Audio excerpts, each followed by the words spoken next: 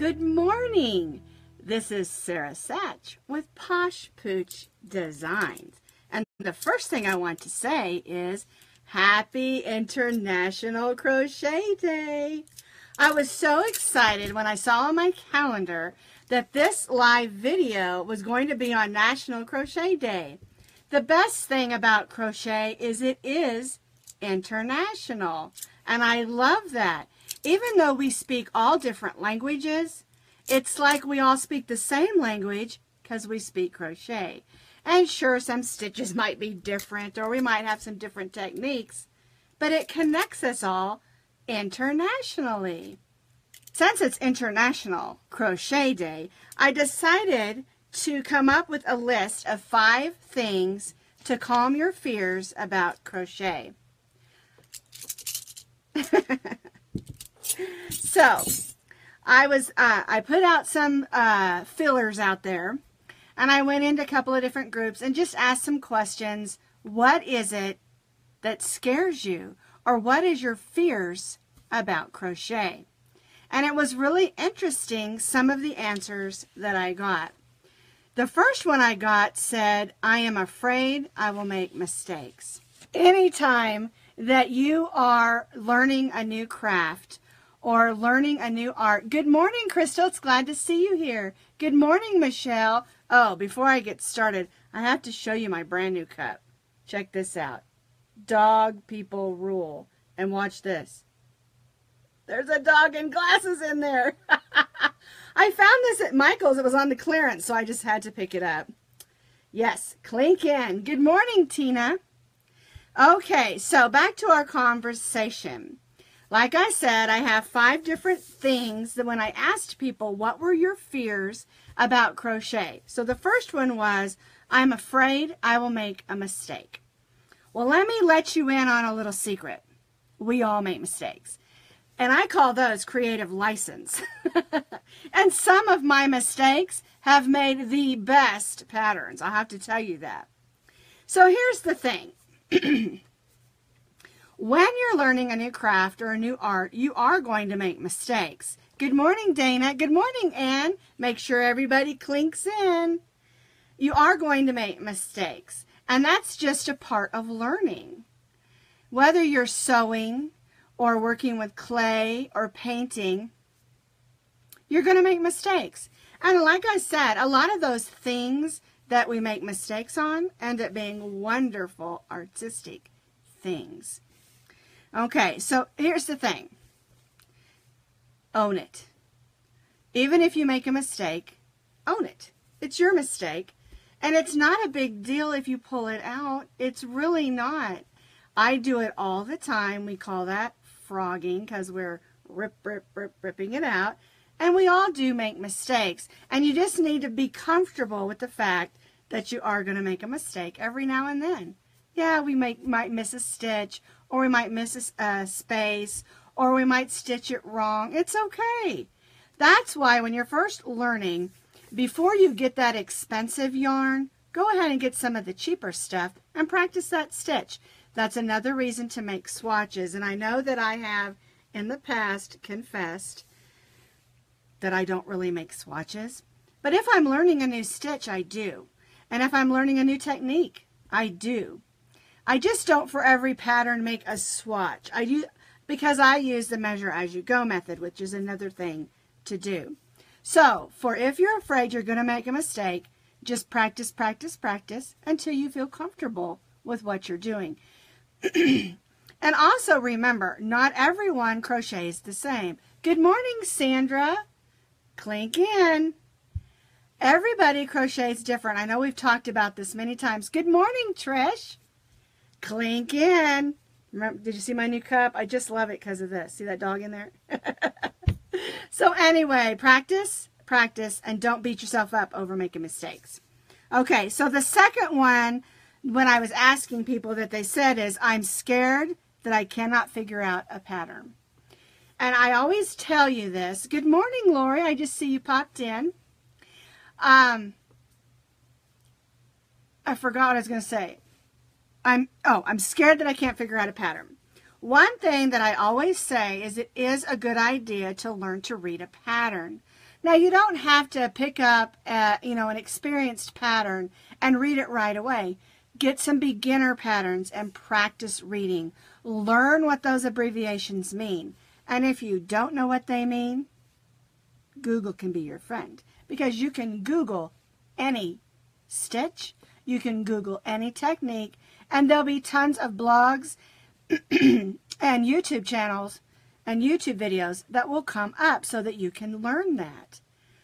Now, I always also say don't just depend on Google, YouTube to learn. It is a good idea to learn to read a pattern, because if you don't, you will miss out on a lot of wonderful, wonderful patterns. The other thing about reading patterns is ask the designer. Because just like me, I may be thinking a certain way, but you're not thinking that way. For instance, I may say 1 double crochet and each single crochet across, turn, chain 3, and your chain 3 counts as the next stitch. But you didn't read it that way. And so maybe your brain said something different. And so everyone writes differently. Never ever be embarrassed to ask the designer for clarification. I get questions a lot because I do a lot, dog patterns, and dogs' heads and dog bodies are weird. And so they're kind of, so sometimes what I'm thinking isn't what you're thinking. And I always welcome questions. And the other thing is there are other resources. One of the ones I used a lot when I was first getting on the internet was Crochet for Dummies. And it's so funny because I would reference that to people and people would be offended. I'm like, no, don't be offended. It's a great website. Crochet for Dummies has great pictures on it. It has great information. And it's not because you're a dummy at all. It's just simplified. And I love the site. So use that one too. But don't be afraid to learn to read a pattern. It really is good for you. And I know a lot of people are like, I don't want to learn, I don't want to. But once you pick it up and figure it out, it's like super easy. Because most things are the same on every pattern. You get a skill level, you get stitches with abbreviations. You get sizes, you get your yarns and your hooks and things that you need. That's all really great information that you need to learn. And like I said, you don't have to be an expert at reading a pattern. Just become familiar. It will help you out a lot. Okay, so that was the second thing. Hello, Sarah. Love your name. Hi, Petra. It's good to see you here. Don't forget to clink in if you're drinking coffee. It's starting to cool off a little here. It's in the 60s, so I'm definitely drinking the hot coffee today. All right, the third one on my list of people's fears about crochet is, what if I picked the wrong yarn or crochet hook? And this happens a lot, but one thing you need to remember is if a designer designs something in a certain color, you don't have to do that color. The main thing is the yarn weight. For instance, the Super Saver is a number 4. Well, what if all I have on hand is a number 3? Can I substitute that? Well, you can, but keep in mind a 3 is a lighter weight and you're going to get a smaller item. So it's a good idea that when a designer says, I used worsted weight number 3 or worsted weight number 4, to stick with that weight, because it's going to mess you up in sizing, both depth and width, if you use a smaller weight yarn. And it's the same thing with the heavier weight yarn. And one thing that I think is a really neat trend that's been happening is a lot of people have been taking the little doily patterns and making them in the big chunky yarns. You can do that. And they make beautiful rugs. They make beautiful blankets. And it's a really neat thing to do. And I've also seen them take the little tiny ammies and make them in the big blanket yarn. And it makes a nice big stuffed animal. So you can do that. Just keep in mind, if you change your yarn, you're going to need to change your hook as well. And remember we were talking about how to read a pattern, or how to read a yarn label. The yarn does give you the suggested hook size. So if you're using that big blanket yarn, make sure you use the hook that goes with that. So you can adjust those things. Let me grab a sip of coffee. There we go. So just remember, you do not have to use the same colors. If the crochet designer made it in pink, you can make it in yellow if you want to. Stay within your weight class. Sounds like boxing.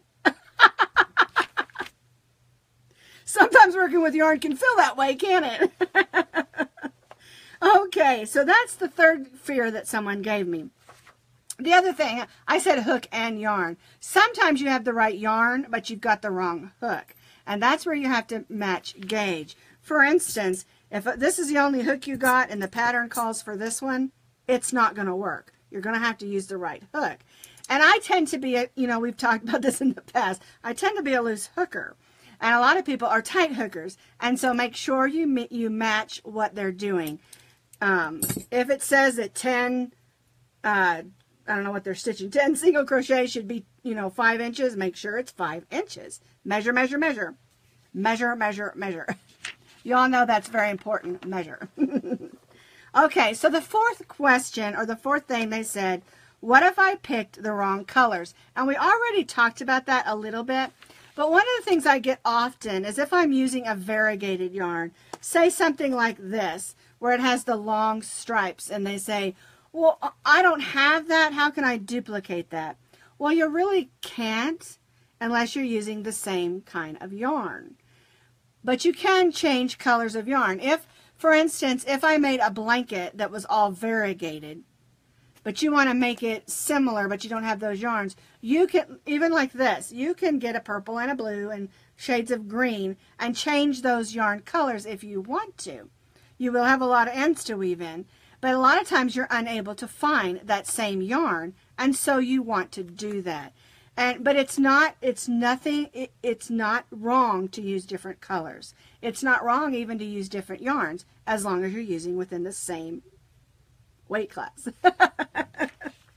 Okay, so the very last one, I found this one so interesting because this last fear of crochet was something that used to bother me, and then I kind of got past it. I had to kind of own it, like I said at the beginning. And it's, what if people make fun of me? And I have to tell you, there was a time when I would, because I always have my crochet bag with me everywhere I go. And there was a time I would be, it was when my mom was really sick and I was at the hospital or at the chemo doctor and things like that with her a lot. And I always had my crochet bag with me. I would always pull something out. I was always making something. And crochet is a great calmer of nerves. It's a great way to get your mind off something for just a few minutes because you have to count and concentrate a little bit. Well, I was sitting there waiting because I can't remember. I had to leave for something while she was doing the chemo. It might have been they were opening her port or something. It doesn't matter. But anyway, I had to go out into the waiting room for a few minutes. Then they came back and got me so I could go back in with her. Well, as I was sitting there was a gentleman sitting across from me. And he was an older man. And he was like, well, sweetie, you're awfully young for having an old lady crochet bag or something. I think he called it knitting. You know how they always do. And I said, well, I just love to crochet. And it calms my nerves while I'm waiting. And then he started telling me the story about how his wife used to crochet. And that she used to make little blankets for their cat. And then it opened up a conversation. And at the time, I was like, I can't believe he said I was an old lady. That really hurt my feelings. And then I decided that I was going to own this. Crochet is an art. And you need to remind people, and like I said a few videos back about how to annoy a crocheter, call it knitting, you can educate people. And you can do it in the most kind and sensible way. And as I talked to that older gentleman, because he was also waiting on his wife for a treatment, we got into a wonderful conversation.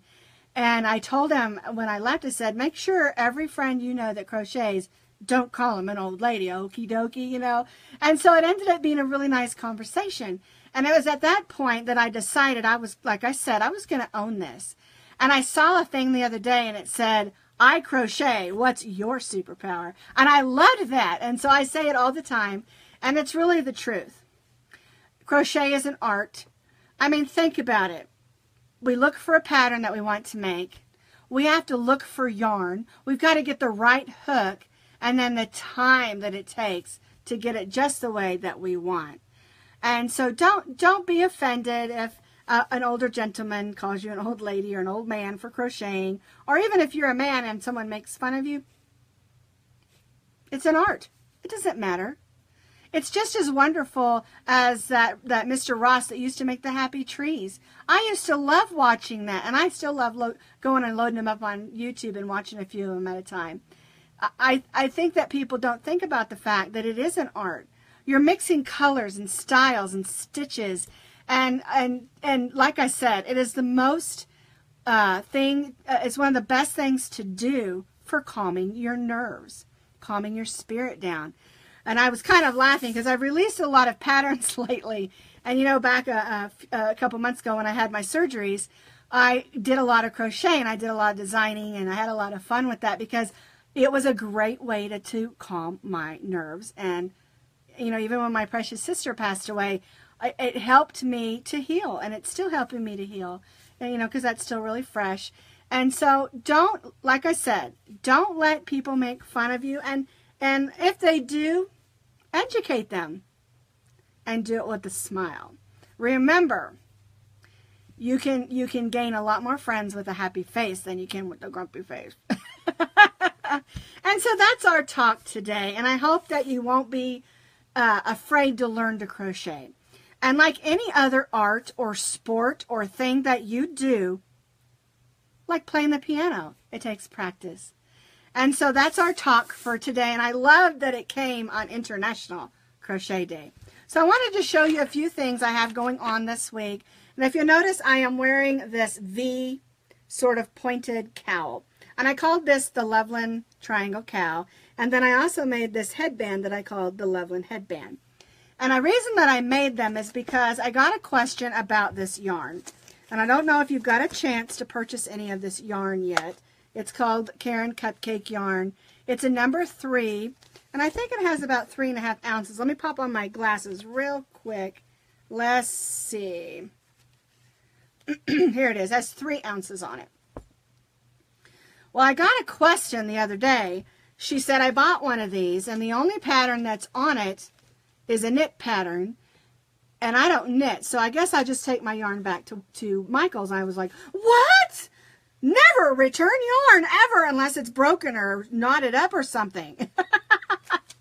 And she's like, but I don't knit. And I said, just because the pattern on the yarn is a knit pattern, that doesn't mean you have to knit it. And so I took one of these, and with this 1 3-ounce cake, I made this V triangle. I'm calling it a cowl because I connected it in the back. I love cowls way better than scarves because I lose things, and I love that it doesn't fall off my neck. But I made this cowl, and I also made this headband, and I didn't even use the pom-pom, except over on the side I just tied it on with a little bow, but I took it off just so I can show you. You don't have to make a hat if you don't want to. It makes a great hat, and I actually found with the other one that it's almost too much yarn, and you can get a little headband or something else out of it. It's great yarn. I love the yarn. It's soft,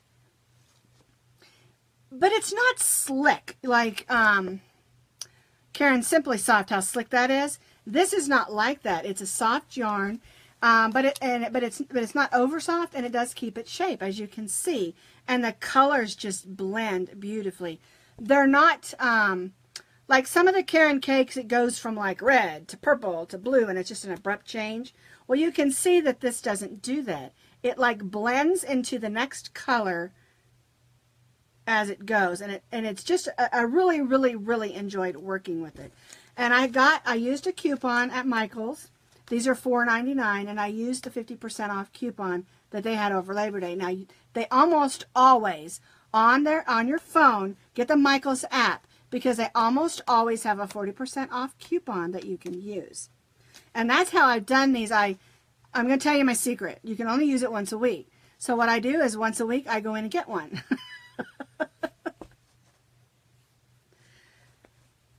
And it works great. So that's the Karen cake. Now I had another question about yarn, and that was the Karen cotton.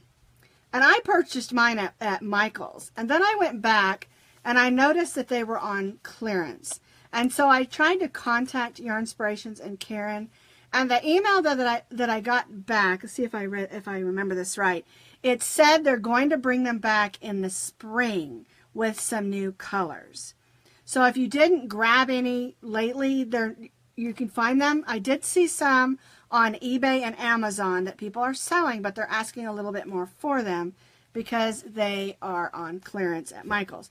And I got these for $2.50 on clearance. When I paid full price, they were $4.99, and I did the coupon thing. And I went back to get some more. They didn't have any more in the color that I wanted, but they had some of the other ones. So that's the thing about the Karen Cotton Cakes. They've discontinued them for now. They're coming back in the spring because to them this is it's a spring type yarn, and they'll have some new colors. But you can find these on eBay and Amazon. Unfortunately, the prices were a little higher. You won't find these on the Yarnspiration website anymore. I looked and it showed discontinued. So I had a question about those. I thought I would answer that. Okay, and the other thing that we did this week, if you don't know, yesterday my little Rosie, my little red Chihuahua, had to have a little bottom surgery. She's had trouble with her glands bursting. I'm not going into details, but she has a couple of stitches. And so she's asleep with her pain pills. So she can't model this little thing that I was going to show you. But this is just a little collar that I made for Rosie. It's so cute. It's got little beads, little poppies. I just called it the poppy collar. And the thing is, the way that it's made, you could even make it into a headband without any problem for a child. So it's a really simple little pattern, and the beads go right in the center, just super duper cute. And this one has 4 poppies. You can put as many poppies on there as you want to, and it works for any size dog or cat or human. Okay, and then the other thing that we did this week, the thing is, I was going to do the video on this yesterday, but because I spent the day at the dog hospital, at the veterinarian with Rosie, and then dealing with Rosie last night, I didn't get a chance. So hopefully I will get this video up tomorrow or the next day. She just barked, so she must be awake. All right, and then the last thing we did was the pocket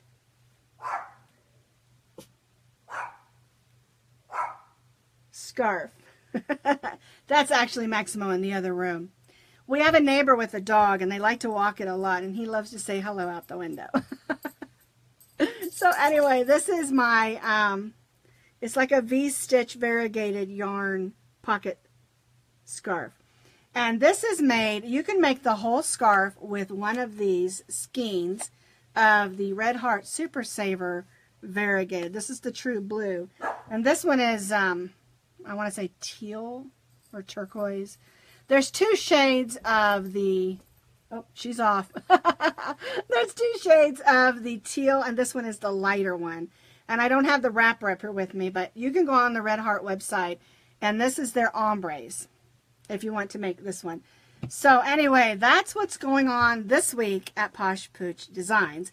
And like I said, this is a new pattern. It's not up yet. Hopefully at the end of this week. It seems like every week there's something crazy going on at the Sach household. So anyway, I'm so happy, like I said, that today is International Crochet Day. So everybody crochet something and give it away to someone you love. Make them a hat, make them a scarf, make them a coaster or something. And just make something today, because crochet is a great way for everybody in the world, because it's international, to group together. Crochet, crochet, crochet. I hope that everyone took a second and clinked in. And thank you again for meeting with me today. Get out there and crochet something.